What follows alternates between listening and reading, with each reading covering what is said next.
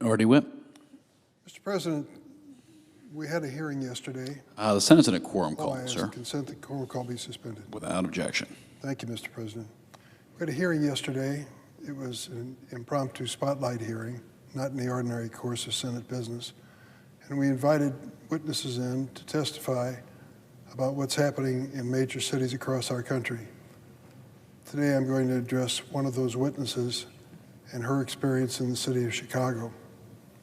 Her name is Miramar Martinez. She's 30 years old. She's a teacher in a Montessori school. In October, she decided that she was going to take some extra clothing that she had in her apartment to her church and leave it so that other people might have a benefit from it. Driving over there, she encountered a truck that was clearly being driven by ICE officials, Border Patrol officials.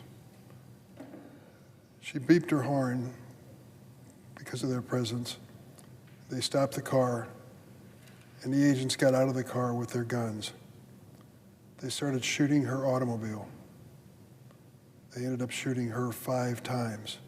5 times. The agent who shot her, a 20-plus year veteran of the Border Patrol, bragged on a text that he sent shortly thereafter that he caused 7 holes in her body with 5 bullets. What happened to her afterwards is a grim story. She was able to drive about a mile on to 35th in California in Chicago and got out of the car and passed out.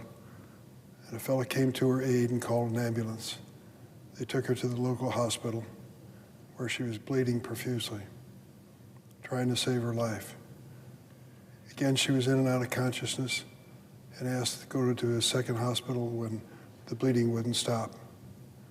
The FBI was then present, monitoring her every step of the way. This went on for hours and hours afterwards. Victim of gunshot wounds. She was trying to survive. They were trying to arrest her. The charges, as I mentioned, were that she was ramming a federal vehicle. She denied it, and this is an interesting part of the story. ICE and the federal officials decided to move the vehicle from Chicago, Illinois, to the state of Maine, 1,000 miles. Why would they take the vehicle after this incident 1,000 miles? Well, it turned out they had some work to do on it, so it wouldn't show that her damage was on the side of her car, on the side of their car, and wasn't a result of any ramming whatsoever. Of course, the agencies involved described her as a domestic terrorist. This 30-year-old Montessori school teacher with no criminal record, born and raised in the United States. It took several months of hearings for the decision finally to be made by the government to drop all charges against Miramar Martinez. Drop all charges. Think of that experience for a minute. In America, driving your car, being shot 5 times by the federal agents.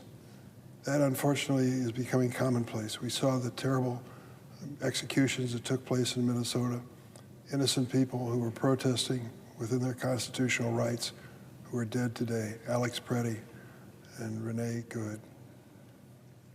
What's going on in the streets of America does not reflect who we are or what our goals and values must be.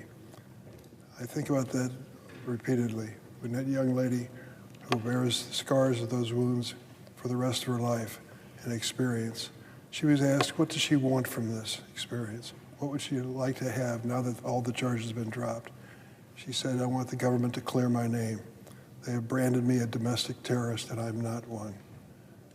Is that too much to ask for the government to say they were wrong, that they shot her 5 times in her car as she was leaving, and that they were wrong in the charges that they were bringing against her? I don't think it's too much to ask. What is too much to ask is that this continues. There's a conversation underway between the leaderships of the House and the Senate and the White House about changing the rules when it comes to these ICE agents. The fact that they would wear masks is being argued as one of the points. I have yet to meet a senator or congressman arguing that they should be able to wear a mask who will tell me that their state police wear masks on a regular basis. They don't. There may be a peculiar circumstance where it's required, but it's unusual.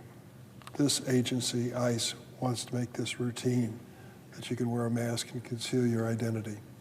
We believe that the mask should come off and video cameras come on. The video cameras will tell us what actually happened, good or bad, for the officer involved.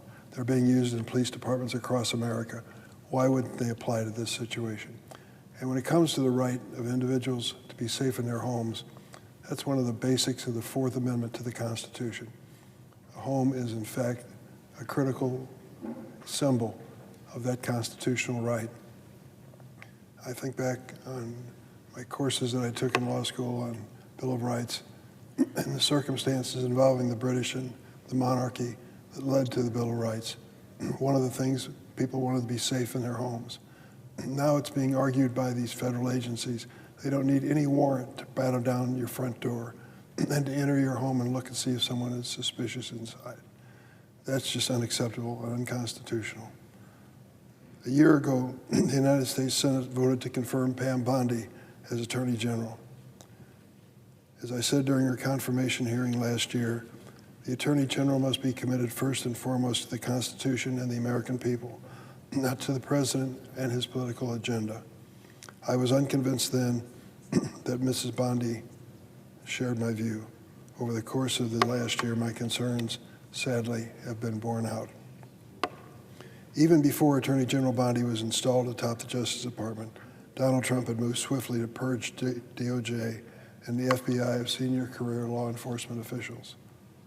In their place came partisan hacks, including a January 6 rioter who encouraged his fellow insurrectionists to murder law enforcement officers protecting the Capitol. He was shouting the words, "Kill him," when he came to the police who were defending this Capitol building. That person ended up being pardoned and then becoming part of the Department of Justice staff. Can you believe it? Under the direction of Attorney General Bondi, these MAGA loyalists pounce on President Trump's perceived enemies. In addition to the now dismissed indictments against former FBI Director James Comey and New York Attorney General Letitia James, federal prosecutors have opened criminal investigation into Federal Reserve Chairman Jerome Powell, Governor Lisa Cook, and others. The list goes on and on of the enemies of the president who are being prosecuted by the Department of Justice. Why? Not because they broke a law, but because the president believes they are his political enemies. And it begs the question, if the president can turn the Department of Justice and the FBI into his own personal police force to target his personal political enemies, what is stopping him from targeting ordinary Americans? Tragically, we're already seeing the answer to that question in the Department of Justice's partisan response to the Homeland Security Department's abuses in Chicago and Minneapolis. The Department of Justice has sought to press charges against Americans who peacefully protest, like Miramar Martinez in Chicago. In addition to state-sponsored violence against its own citizen, the country is less safe as DOJ has redirected thousands of law enforcement agents to immigration-related initiatives and away from gun violence, drug trafficking, and child exploitation. When this president, through his Department of Justice and Department of Homeland Security, announced that they were going after the worst of the worst, rapists, murderers, terrorists, the criminally insane, criminal children's predators, and the like, the worst of the worst, remember that? Then think of this Miramar Martinez, 30-year-old Montessori teacher with no criminal record, born and raised in the city of Chicago, an American citizen. That was one of the victims they shot 5 times, trying to kill her for leaving a scene of a confrontation. One day, on day one in the office, Attorney General Bondi created the so-called weaponization working group, a task force that she wanted to investigate the investigators and prosecute the prosecutors. Recent reports suggest the group will soon meet daily.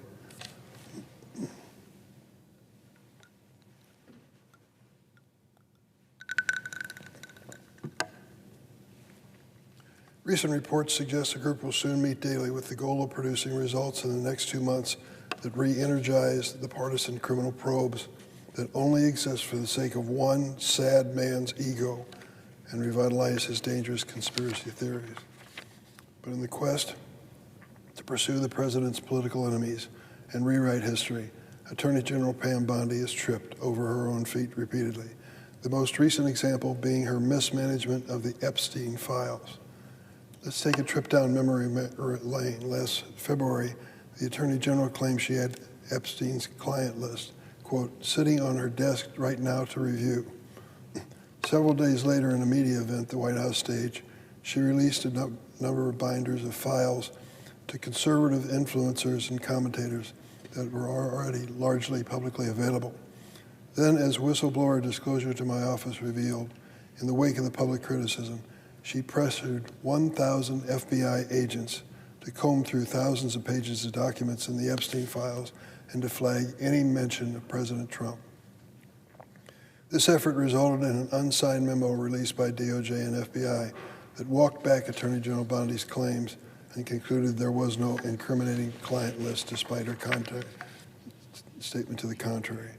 Then in December, the Attorney General broke the law when her department failed to release the entirety of the Epstein files by the date mandated by Congress, signed into law. DOJ continues to slowly walk the release, and what they have released has harmed survivors by not appropriately reducing the names, images, and other personal information. The American people deserve answers about the conduct of the nation's leading law enforcement officer. No public servant who respects constitutional checks and balances would behave the way she has. According to an academic analysis of 400 cases involving the Trump administration, as of October 2025, at least 35 times, courts have found the Department of Justice under President Trump has provided false or highly misleading information, including false sworn declarations. It makes you wonder, what is the Attorney General concealing? What kind of precedent is the department creating for itself under this leadership? We cannot allow the Trump administration to stonewall or lie to its co-equal branches of government, Congress, and the judiciary. The announcement today that 700 federal agents are going to be removed from Minnesota is a minor relief to that beleaguered state. There are 3,000 agents already in place. So to take 700 away is to still have a massive force, larger than the local police force in Minnesota. And my question from the state of Illinois is, how many of these agents are headed to my state?